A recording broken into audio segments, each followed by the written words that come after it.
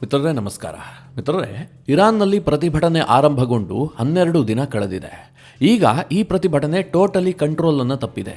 ಅದರ ಅರ್ಥ ಏನು ಕೇಳಿದ್ರೆ, ಅಲ್ಲಿನ ಸರ್ಕಾರ ಎಲ್ಲ ಪ್ರಯತ್ನವನ್ನು ಮಾಡಿದ್ರೂ ಕೂಡ ಪ್ರತಿಭಟನೆಯನ್ನು ಹತೋಟಿಗೆ ತರೋದಕ್ಕಾಗ್ತಾ ಇಲ್ಲ. ಅಲ್ಲಿಗೆ ಪ್ರತಿಭಟನಾಕಾರರ ಇಂಟೆನ್ಷನ್ ಇದೆಯಲ್ಲ, ಇದು ಬಹಳ ಕ್ಲಿಯರ್ ಆಗಿದೆ. ಇರಾನ್ನಲ್ಲಿ ಸರ್ಕಾರ ಬದಲಾಗುವಂಥದ್ದು ಬಹುತೇಕ ನಿಶ್ಚಿತ ಅಂತ ಹೇಳಲಾಗ್ತಾ ಇದೆ. ಈ ನಡುವೆ ಈ ಪ್ರತಿಭಟನೆಯಲ್ಲಿ ಮೇಜರ್ ಆದಂತಹ 10 ಡೆವಲಪ್ಮೆಂಟ್ಗಳು ನಡೆದಿದ್ದಾವೆ. ಅದರ ಬಗ್ಗೆ ಈ ವಿಡಿಯೋದಲ್ಲಿ ನಿಮಗೆ ಡೀಟೇಲ್ ಆಗಿ ತಿಳಿಸ್ಕೊಡುವಂತಹ ಪ್ರಯತ್ನ ಮಾಡ್ತೀನಿ. ನೀವು ಈ ವಿಡಿಯೋನ ಕೊನೆವರೆಗೂ ಮಿಸ್ ಮಾಡದೆ ನೋಡಿ. 2025 ಡಿಸೆಂಬರ್ 28ನೇ ತಾರೀಕು ಇರಾನ್ನಲ್ಲಿ ಚಿಕ್ಕದಾಗಿ ಒಂದು ಪ್ರಾಂತ್ಯದಲ್ಲಿ ಆರಂಭಗೊಂಡಂತಹ ಪ್ರತಿಭಟನೆ. ಆರಂಭದಲ್ಲಿ ಈ ಪ್ರತಿಭಟನೆಗೆ ಕಾರಣ ಆಗಿದ್ದು ಇರಾನ್ನ ಕರೆನ್ಸಿ ಕೊಲ್ಯಾಪ್ಸ್ ಆಗಿದ್ದು. ಅನಂತರ ಈ ಪ್ರತಿಭಟನೆ ಅಲ್ಲಿನ ಸರ್ಕಾರದ ವಿರುದ್ಧವೇ ತಿರುಗಿತು. ಯಾಕೆ ಅಂತಂದ್ರೆ, ಇವತ್ತಿನ ಇರಾನ್ನ ಈ ಸ್ಥಿತಿಗೆ ಅಯತುಲ್ಲಾ ಅಲಿ ಖಮೇನಿಯ ಸರ್ಕಾರವೇ ಕಾರಣ. ಈ ಕ್ಲರಿಕ್ಗಳ ಕೈಗೆ ನಮ್ಮ ಸರ್ಕಾರವನ್ನು ಕೊಟ್ಕೊಂಡು ನಮ್ಮ ಪರಿಸ್ಥಿತಿ ಹೀಗಾಗಿದೆ ಅಂತ ಜನ ರೊಚ್ಚಿಗೆದ್ದು ಬಿಟ್ರು. ನಿಮಗೆಲ್ಲ ಗೊತ್ತೇ ಇದೆ, ಇರಾನ್ ಒಂದು ಬೃಹತ್ ಆದಂತಹ ದೇಶ. ಅಲ್ಲಿ ಒಟ್ಟು 31 ಪ್ರಾವಿನ್ಸ್ ಇದೆ. ಆ ಪೈಕಿ 29 ಪ್ರಾವಿನ್ಸ್ನಲ್ಲಿ ಪ್ರತಿಭಟನೆ ವಿಸ್ತರಣೆಗೊಂಡಿದೆ. ಇರಾನ್ನಾದ್ಯಂತ ಒಟ್ಟು 93 ಸಿಟಿಗಳಲ್ಲಿ ಪ್ರತಿಭಟನೆ ಆಗ್ತಾ ಇದೆ. ಹಗಲು ರಾತ್ರಿ ಪ್ರತಿಭಟನೆ ಮಾಡ್ತಾ ಇದ್ದಾರೆ. ಈ ಪ್ರತಿಭಟನೆಯನ್ನು ಹತ್ತಿಕ್ಕೋದಕ್ಕೆ ಇರಾನ್ನ ಸರ್ಕಾರ ಬಹಳ ದಮನಕಾರಿಯಾದಂತಹ ನೀತಿಯನ್ನು ಅನುಸರಿಸ್ತಾ ಇದೆ. ಆರಂಭದಲ್ಲಿ ಟಿಯರ್ ಗ್ಯಾಸ್ ಅನ್ನು ಸಿಡಿಸ್ತಾ ಇದ್ರು, ಅನಂತರ ಲಾಠಿ ಚಾರ್ಜ್ ಮಾಡ್ತಾ ಇದ್ರು. ಈಗ ಮಿತ್ರರೇ, ಪ್ರತಿಭಟನಾಕಾರರನ್ನೇ ಗುರಿಯಾಗಿಸಿ ಗುಂಡೇಟನ್ನು ಹೊಡಿತಾ ಇದ್ದಾರೆ. ಹೀಗಾಗಿ ಈವರೆಗೆ ಇರಾನ್ನಲ್ಲಿ ಈ ಪ್ರತಿಭಟನೆಯ ಕಾರಣದಿಂದಾಗಿ ಸತ್ತವರ ಸಂಖ್ಯೆ 45ಕ್ಕೂ ಹೆಚ್ಚಿದೆ. ಹೀಗಂತ ನಾರ್ವೆ ಮೂಲದ ಒಂದು NGO ವರದಿಯನ್ನ ಮಾಡಿದೆ. ಇದರ ಜೊತೆಗೆ 2500ಕ್ಕೂ ಹೆಚ್ಚು ಮಂದಿಯನ್ನ ಇರಾನ್ನ ಸರ್ಕಾರ ಅರೆಸ್ಟ್ ಮಾಡಿದೆ. ಇರಾನ್ನ ಸರ್ಕಾರ ಇಷ್ಟೆಲ್ಲ ಮಾಡ್ತಾ ಇದ್ರೂ ಕೂಡ ಪ್ರತಿಭಟನೆ ಮಾತ್ರ ನಿಯಂತ್ರಣಕ್ಕೆ ಬರ್ತಾ ಇಲ್ಲ. ಈಗ ದಿನದಿನಕ್ಕೂ ಕೂಡ ಪ್ರತಿಭಟನೆ ಜಾಸ್ತಿ ಆಗ್ತಲೇ ಹೋಗ್ತಾ ಇದೆ. ಪ್ರತಿಭಟನೆ ಉಗ್ರ ಸ್ವರೂಪವನ್ನು ಕೂಡ ಪಡೆದುಕೊಳ್ತಾ ಇದೆ. ಸರ್ಕಾರಿ ಕಚೇರಿಗಳನ್ನು ಧ್ವಂಸ ಮಾಡ್ತಾ ಇದ್ದಾರೆ. ಸರ್ಕಾರಿ ವಾಹನಗಳನ್ನು ಕೂಡ ಜಖಂ ಮಾಡ್ತಾ ಇದ್ದಾರೆ. ಜೊತೆಗೆ ಸರ್ಕಾರದ ಪರವಾಗಿ ಕೆಲಸ ಮಾಡುವಂತಹ ಅಧಿಕಾರಿಗಳನ್ನು ಕೂಡ ಪ್ರತಿಭಟನಾಕಾರರು ಟಾರ್ಗೆಟ್ ಮಾಡ್ತಾ ಇದ್ದಾರೆ. ಸದ್ಯ ಇರಾನ್ನಲ್ಲಿ ಈ ರೀತಿಯಾಗಿ ಪ್ರತಿಭಟನೆ ಆಗ್ತಾ ಇದೆಯಲ್ಲ, ಇದನ್ನ ತಡೆಯೋದಕ್ಕೆ ದಂಡಂ ದಶಗುಣಂ ಅನ್ನುವಂತಹ ಅಸ್ತ್ರವನ್ನ ಸರ್ಕಾರ ಪ್ರಯೋಗ ಮಾಡ್ತಾ ಇದ್ರೂ ಕೂಡ ಅದು ವರ್ಕೌಟ್ ಆಗ್ತಾ ಇಲ್ಲ. ಈ ಕಾರಣದಿಂದಾಗಿ ಇರಾನ್ನ ಅಯತುಲ್ಲಾ ಅಲಿ ಖಮೇನಿ ಸರ್ಕಾರ ಅಂತಾರಾಷ್ಟ್ರೀಯ ಒತ್ತಡವನ್ನ ಕೂಡ ಫೇಸ್ ಮಾಡಬೇಕಾಗಿ ಬಂದಿದೆ. ಅದಕ್ಕೋಸ್ಕರವಾಗಿ ಇರಾನ್ನಿಂದ ಪ್ರತಿಭಟನೆಯ ಸುದ್ದಿ ಯಾವುದೇ ಕಾರಣಕ್ಕೂ ಕೂಡ ದೇಶದಿಂದ ಹೊರ ಹೋಗಬಾರದು ಅಂತ ಹೇಳಿ ಇರಾನ್ನ ಸರ್ಕಾರ ಇಡೀ ದೇಶಾದ್ಯಂತ ಇಂಟರ್ನೆಟ್ ಅನ್ನ ಬಂದ್ ಮಾಡಿಬಿಟ್ಟಿದೆ. ಟೋಟಲ್ ಇಂಟರ್ನೆಟ್ ಬ್ಲಾಕ್ಔಟ್ ಆಗಿದೆ. ಜೊತೆಗೆ ಲ್ಯಾಂಡ್ಲೈನ್ ಫೋನ್ಗಳು ಕೂಡ ವರ್ಕ್ ಆಗ್ತಾ ಇಲ್ಲ. ಒಂದು ರೀತಿಯಲ್ಲಿ ಇರಾನ್ನನ್ನು ಕತ್ತಲೆಯಲ್ಲಿ ಮುಳುಗಿಸಿದೆ ಅಂತಂದ್ರೆ ತಪ್ಪಾಗ್ಲಿಕ್ಕಿಲ್ಲ. ಯಾಕೆ ಕೇಳಿದ್ರೆ, ಸೋಷಿಯಲ್ ಮೀಡಿಯಾ ಆಕ್ಸೆಸ್ ಇದ್ದಿದ್ದೇ ಆದರೆ ಇರಾನ್ನಲ್ಲಿ ಪ್ರತಿಭಟನೆ ಇನ್ನಷ್ಟು ತೀವ್ರಗೊಳ್ಳಬಹುದು. ಜೊತೆಗೆ ಪ್ರತಿಭಟನೆಯನ್ನು ಹತ್ತಿಕ್ಕೋದಕ್ಕೆ ಸರ್ಕಾರ ಅನುಸರಿಸ್ತಾ ಇದೆಯಲ್ಲ ಕ್ರಮಗಳು, ಅದರ ಬಗ್ಗೆಯೂ ಕೂಡ ವ್ಯಾಪಕ ಖಂಡನೆ ವ್ಯಕ್ತವಾಗಬಹುದು. ಇರಾನ್ ಪೊಲೀಸರು ಜನರ ಮೇಲೆ ಗುಂಡು ಹೊಡೆಯುವಂತಹ ವಿಡಿಯೋ ಇರಬಹುದು, ಅಥವಾ ಆ ಗುಂಡೇಟಿಗೆ ಸತ್ತಂತಹ ವ್ಯಕ್ತಿಗಳ ಫೋಟೋಗಳಿರಬಹುದು. ಇದೆಲ್ಲವೂ ಕೂಡ ಸೋಷಿಯಲ್ ಮೀಡಿಯಾದಲ್ಲಿ ಶೇರ್ ಆಗೋದಕ್ಕೆ ಶುರುವಾಗಿದ್ದೇ ಆದರೆ ಇರಾನ್ನ ಸರ್ಕಾರದ ಮೇಲೆ ಅಂತಾರಾಷ್ಟ್ರೀಯ ಒತ್ತಡವೂ ಕೂಡ ಜಾಸ್ತಿ ಆಗುತ್ತೆ. ಇದಾಗಬಾರದು, ಇರಾನ್ನಿಂದ ಯಾವುದೇ ಸುದ್ದಿಯೂ ಕೂಡ ಹೊರಗೆ ಹೋಗಬಾರ್ದು ಅಂತೇಳಿ ಅವರು ಇಂಟರ್ನೆಟ್ ಅನ್ನು ಬ್ಲಾಕ್ಔಟ್ ಮಾಡಿದ್ದಾರೆ. ಜೊತೆಗೆ ಇರಾನ್ನ ಮಾಧ್ಯಮಗಳನ್ನು ಕೂಡ ಅಲ್ಲಿನ ಸರ್ಕಾರ ರೆಗ್ಯುಲೇಟ್ ಮಾಡ್ತಾ ಇದೆ. ಈ ಹಿಂದಿನಿಂದಲೂ ಕೂಡ ಮಾಡ್ತಾ ಇದ್ರು, ಈಗ ಅದು ಇನ್ನಷ್ಟು ಜಾಸ್ತಿ ಆಗಿದೆ, ಕಠಿಣವಾಗಿದೆ. ಇರಾನ್ನಲ್ಲಿ ಈ ರೀತಿಯಾಗಿ ಇಂಟರ್ನೆಟ್ ಬ್ಲಾಕ್ಔಟ್ ಮಾಡುವಂತಹ ಸರ್ಕಾರದ ನೀತಿ ಇದೆಯಲ್ಲ, ಇದರ ವಿರುದ್ಧವಾಗಿ ಪ್ರತಿಭಟನಾಕಾರರು ಇನ್ನಷ್ಟು ರೊಚ್ಚಿಗೆದ್ದಿದ್ದಾರೆ. ಅಲ್ಲಿನ ಯುವಕರನ್ನ ಮತ್ತಷ್ಟು ಕೆರಳಿಸಿದೆ ಇದು. ಇನ್ನು ಇರಾನ್ನಲ್ಲಿ ಆರಂಭವಾದಂತಹ ಈ ಪ್ರತಿಭಟನೆಗೆ ಇರಾನ್ನ ಕ್ರೌನ್ ಪ್ರಿನ್ಸ್ ರೆಹಜಾ ಪೆಹ್ಲವಿ 1979ರ ಬಳಿಕ ಇರಾನ್ನಿಂದ ಗಡೀಪಾರಾಗಿ ಅಮೆರಿಕದಲ್ಲಿ ವಾಸ ಮಾಡ್ತಾ ಇರುವಂತಹ ಈ ರೆಹಜಾ ಪೆಹ್ಲವಿ ಈ ಪ್ರತಿಭಟನೆಗೆ ಪೂರ್ಣವಾದಂತಹ ಬೆಂಬಲ ಕೊಡ್ತಾ ಇದ್ದಾರೆ. ಈಗ ಅವರೊಂದು ವಿಡಿಯೋ ರಿಲೀಸ್ ಮಾಡಿದ್ದಾರೆ. ಅದರಲ್ಲಿ ಇರಾನ್ನ ಭದ್ರತಾ ಪಡೆಗಳಿಗೆ ಒಂದು ಆಗ್ರಹವನ್ನ ಮಾಡಿದ್ದಾರೆ. ಅದೇನು ಕೇಳಿದ್ರೆ, ನೀವು ಯೂನಿಫಾರ್ಮ್ ಅನ್ನ ಹಾಕಿ ಗನ್ನನ್ನು ಹಿಡಿದುಕೊಂಡಿರಬಹುದು, ಆದರೆ ಅದರ ಉದ್ದೇಶ ಇರಾನ್ನ ರಕ್ಷಣೆ, ಜೊತೆಗೆ ಇರಾನಿಯನ್ನರ ರಕ್ಷಣೆ. ಹೀಗಾಗಿ ನೀವು ಆ ಕೆಲಸವನ್ನ ಮಾಡಬೇಕು. ಇರಾನ್ ಜನತೆಯ ಮೇಲೆ ಗುಂಡು ಹಾರಿಸೋದನ್ನ ಈ ತಕ್ಷಣದಿಂದಲೇ ನಿಲ್ಲಿಸಿ. ಜೊತೆಗೆ ಇತಿಹಾಸದಲ್ಲಿ ನೀವು ಯಾರ ಪರವಾಗಿ ನಿಂತ್ಕೊಂಡಿದ್ರಿ ಅನ್ನುವಂಥದ್ದು ದಾಖಲಾಗುತ್ತೆ. ಹೀಗಾಗಿ ನೀವು ಡಿಸೈಡ್ ಮಾಡಿ, ನೀವು ಕ್ರಿಮಿನಲ್ ಸರ್ಕಾರದ ಜೊತೆಗೆ ನಿಂತ್ಕೊಳ್ತಿರೋ ಅಥವಾ ಜನರ ಪರವಾಗಿರ್ತಿರೋ. ಹೀಗಂತ ಇರಾನ್ನ ಕ್ರೌನ್ ಪ್ರಿನ್ಸ್ ರೆಹಜಾ ಪೆಹ್ಲವಿ ಅಲ್ಲಿನ ಭದ್ರತಾ ಪಡೆಗಳಿಗೆ ಮನವಿ ಮಾಡಿಕೊಂಡಿದ್ದಾರೆ. ಸದ್ಯ ಇರಾನ್ನ ಜನತೆಗೆ ಡೂ ಆರ್ ಡೈ ಸಿಚುವೇಶನ್ ನಿರ್ಮಾಣ ಆಗಿದೆ. ಗುಂಡು ಹೊಡಿತಾ ಇದ್ದಾರೆ, ಕಣ್ಣ ಮುಂದೆಯೇ ಜನ ಸಾಯ್ತಾ ಇದ್ದಾರೆ ಅಂದ್ರೂ ಕೂಡ ಪ್ರತಿಭಟನೆ ನಿಲ್ತಾ ಇಲ್ಲ ಅಂತಂದ್ರೆ ಅದರ ಅರ್ಥ ಏನು? ಅವರು ರೋಸ್ ಹೋಗ್ಬಿಟ್ಟಿದ್ದಾರೆ. ಅವರ ಎಲ್ಲ ತಾಳ್ಮೆಯ ಕಟ್ಟೆಯೂ ಕೂಡ ಒಡೆದು ಹೋಗಿದೆ. ಇನ್ನವರಿಗೆ ತಾಳ್ಮೆ ಇಲ್ಲ ಸರ್ಕಾರವನ್ನು ಸಹಿಸಿಕೊಳ್ಳೋದಕ್ಕೆ. ಹೀಗಾಗಿ ಪ್ರತಿಭಟನೆಗೆ ಇಳಿದಿದ್ದಾರಲ್ಲ, ಅವರೆಲ್ಲರೂ ಕೂಡ ನಿಶ್ಚಯಿಸಿದ್ದಾರೆ, ಬದುಕಿದ್ರೆ ಹೊಸ ಇರಾನ್ ಅನ್ನು ನಿರ್ಮಾಣ ಮಾಡೋದು. ಒಂದು ವೇಳೆ ಗುಂಡೇಟಿಗೆ ಬಲಿಯಾಗಿದ್ದೇ ಆದ್ರೆ ದೇಶಕ್ಕೋಸ್ಕರವಾಗಿ ಬಲಿದಾನ. ಆ ಲೆವೆಲ್ನ ಮೈಂಡ್ ಸೆಟ್ ಅನ್ನ ಆ ಪ್ರತಿಭಟನಾಕಾರರು ಬೆಳೆಸ್ಕೊಂಡಿದ್ದಾರೆ.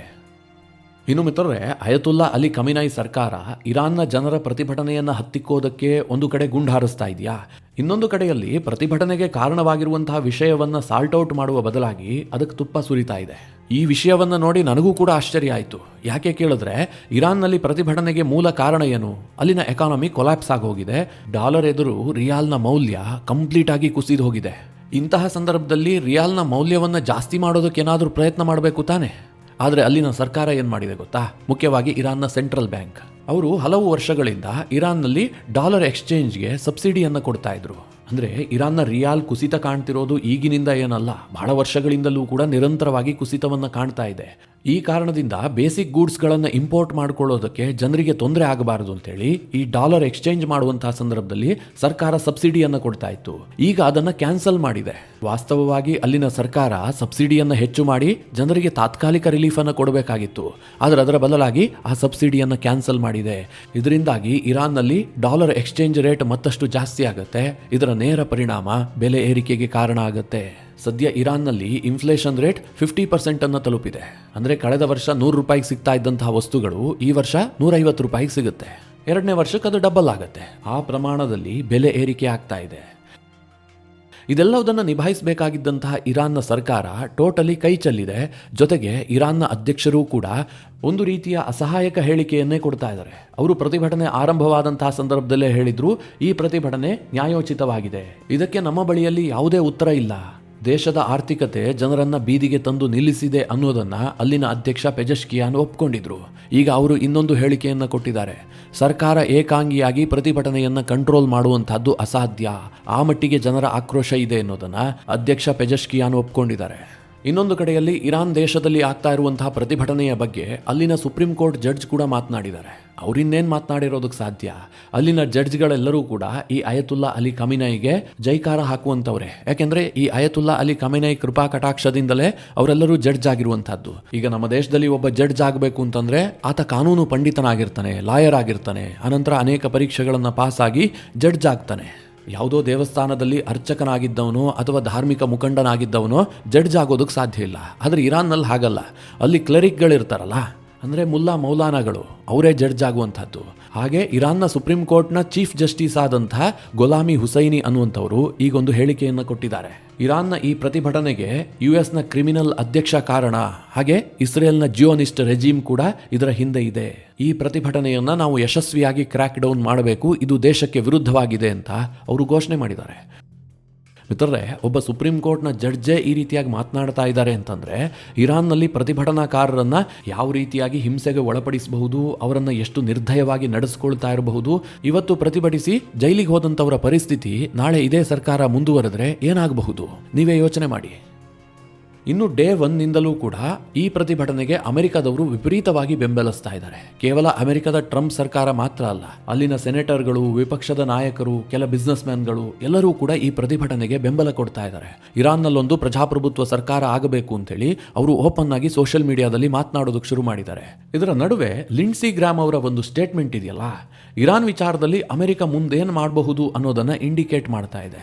ಈ ಲಿಂಡ್ಸಿ ಗ್ರಾಮ್ ಯಾರು ಅಂತ ನಿಮಗೆಲ್ಲ ಗೊತ್ತು. ಟ್ರಂಪ್ ಅವರ ಪರಮಾಪ್ತ ಅಮೆರಿಕದ ಸಂಸದ, ಜೊತೆಗೆ 500% ಟ್ಯಾರಿಫ್ ಹಾಕುವಂತ ಬಿಲ್ ಅನ್ನ ತಂದಿದ್ದಾರಲ್ಲ, ಅದೇ ಲಿಂಡ್ಸಿ ಗ್ರಾಮ್ ಈಗ ಇರಾನ್ ಕುರಿತಾಗಿಯೂ ಕೂಡ ಹೇಳಿಕೆ ಕೊಟ್ಟಿದ್ದಾರೆ.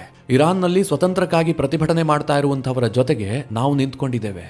ಒಂದು ವೇಳೆ ಇರಾನ್ನ ಸರ್ಕಾರ ಅಂದ್ರೆ ಖಮಿನೈ ಸರ್ಕಾರ ಅವರನ್ನ ಕೊಲ್ಲೋದಕ್ಕೆ ನಿಂತ್ಕೊಂಡಿದ್ದೆ ಆದ್ರೆ ಟ್ರಂಪ್ ಖಮಿನೈಯನ್ನೇ ಕೊಂದಾಕ್ತಾರೆ ಅಂತ ಹೇಳಿ ಲಿಂಡ್ಸಿ ಗ್ರಾಮ್ ಸ್ಟೇಟ್ಮೆಂಟ್ ಕೊಟ್ಟಿದ್ದಾರೆ. ಕೇವಲ ಟ್ರಂಪ್ ಆಪ್ತರು ಮಾತ್ರ ಈ ರೀತಿಯಾಗಿ ಮಾತನಾಡ್ತಾ ಇಲ್ಲ, ಸ್ವತಃ ಅಮೆರಿಕ ಅಧ್ಯಕ್ಷ ಟ್ರಂಪ್ ಅವರೇ ಇರಾನ್ ವಿಚಾರದಲ್ಲಿ ಪದೇ ಪದೇ ರಿಯಾಕ್ಟ್ ಮಾಡ್ತಾ ಇದ್ದಾರೆ. ಇತ್ತೀಚೆಗೆ ಅವರೊಂದು ಫಾಕ್ಸ್ ನ್ಯೂಸ್ಗೆ ಇಂಟರ್ವ್ಯೂ ಅನ್ನು ಕೊಟ್ಟರು. ಆ ಇಂಟರ್ವ್ಯೂನಲ್ಲಿ ಟ್ರಂಪ್ ಏನು ಹೇಳಿದ್ದಾರೆ ಕೇಳಿದ್ರೆ, ಇರಾನ್ನ ಜನತೆ ನಿಜವಾಗ್ಲೂ ಕೂಡ ಅಮಾಯಕರು, ಅವ್ರು ಯಾರೂ ಕೂಡ ಶಸ್ತ್ರ ಇಟ್ಕೊಂಡು ಹೋರಾಟ ಮಾಡ್ತಾ ಇಲ್ಲ, ತುಂಬಾ ಬ್ರೇವ್ ಪೀಪಲ್ಸ್, ದೇಶವನ್ನು ಇಷ್ಟಪಡುವಂತಹ ಜನ. ಈಗಾಗಲೇ ಇರಾನ್ ಸರ್ಕಾರಕ್ಕೆ ನಾನು ನೋಟಿಸ್ ಕೊಟ್ಟಿದ್ದೀನಿ. ಇರಾನ್ನ ದೇಶಭಕ್ತ ಜನರ ಜೊತೆಗೆ ಕೆಟ್ಟದಾಗಿ ನಡೆದುಕೊಂಡಿದ್ದೆ ಆದರೆ ನಾನು ನಿಮಗೆ ಬಹಳ ಕೆಟ್ಟದಾಗಿ ಹೊಡಿತೀನಿ ಅಂತ ಅವರಿಗೆ ತಿಳಿಸಿದ್ದೀನಿ. ಹೀಗಂತ ಟ್ರಂಪ್ ಓಪನ್ ಸ್ಟೇಟ್ಮೆಂಟ್ ಅನ್ನು ಕೊಟ್ಟಿದ್ದಾರೆ. ಇದರ ಅರ್ಥ ಏನು ಕೇಳಿದ್ರೆ, ಇರಾನ್ನಲ್ಲಿ ಪ್ರತಿಭಟನೆ ಇದೇ ರೀತಿಯಾಗಿ ಜಾಸ್ತಿ ಆಗ್ತಾ ಹೋದ್ರೆ ಅಮೆರಿಕ ಮಧ್ಯಪ್ರವೇಶ ಮಾಡುವಂತಹದ್ದಂತೂ ನಿಶ್ಚಿತ. ಯಾಕೆಂದ್ರೆ ಟ್ರಂಪ್ ಅವರು ಪದೇ ಪದೇ ಇರಾನ್ ವಿಚಾರದಲ್ಲಿ ರಿಯಾಕ್ಟ್ ಮಾಡ್ತಾ ಇದ್ದಾರೆ. ಅದರಲ್ಲೇ ಗೊತ್ತಾಗುತ್ತೆ ಇರಾನ್ ವಿಚಾರದಲ್ಲಿ ಅಮೆರಿಕದ ಬಹಳ ದೊಡ್ಡ ಇಂಟ್ರೆಸ್ಟ್ ಇದೆ ಅಂತ.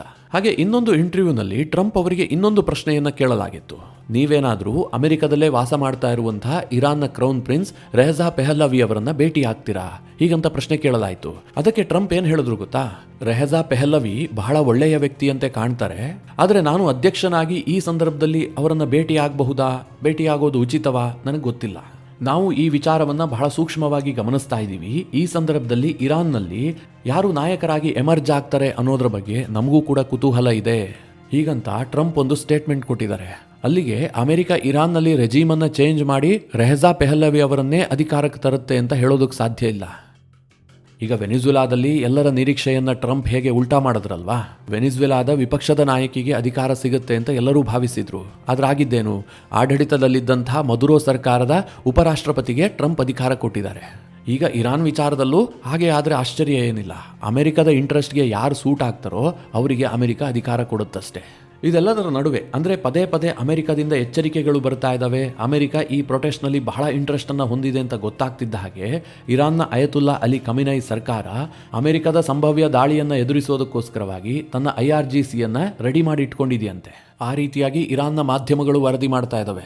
ಮಿತ್ರರೇ, ಅವ್ರ ದೇಶದೊಳಗೆ ಆಗ್ತಿರುವಂತಹ ಪ್ರತಿಭಟನೆಯನ್ನೇ ಅವರ ಸೇನೆಗೆ, ಅವರ ಭದ್ರತಾ ಪಡೆಗಳಿಗೆ ಎದುರಿಸೋದಕ್ಕಾಗ್ತಾ ಇಲ್ಲ.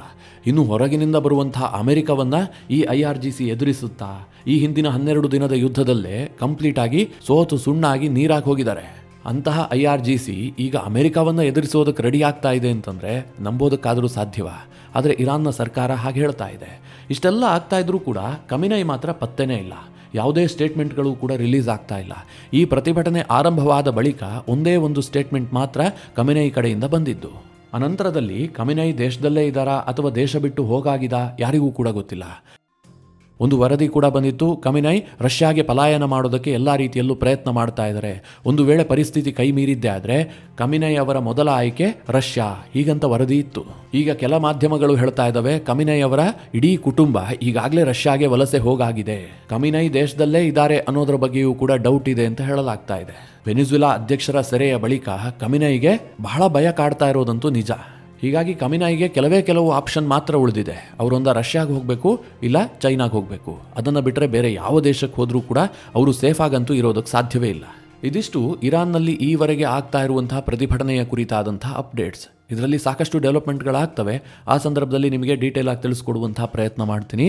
ಈ ವಿಷಯದ ಕುರಿತಾಗಿ ನಿಮ್ಮ ಅನಿಸಿಕೆ ಅಭಿಪ್ರಾಯವನ್ನು ಕಮೆಂಟ್ ಮಾಡುವ ಮೂಲಕ ನಮಗೆ ತಿಳಿಸಿ. ಹಾಗೆ ನಿಮಗೆ ಈ ವಿಡಿಯೋ ಇಷ್ಟವಾದರೆ ಲೈಕ್ ಮಾಡಿ. ಜೊತೆಗೆ ನೀವಿನ್ನೂ ನಿಮ್ಮ ನೆಚ್ಚಿನ ಸಂಸ್ಕಾರ ಸೌರಭ ಯೂಟ್ಯೂಬ್ ಚಾನಲ್ನ ಸಬ್ಸ್ಕ್ರೈಬ್ ಮಾಡಿಲ್ಲ ಅಂತಾದರೆ ಈ ಕೂಡಲೇ ಸಬ್ಸ್ಕ್ರೈಬ್ ಮಾಡಿ. ಮುಂದಿನ ಎಲ್ಲ ಅಪ್ಡೇಟ್ಗಳ ನೋಟಿಫಿಕೇಷನ್ಗಾಗಿ ಬೆಲ್ ಐಕಾನ್ ಒತ್ತಿ.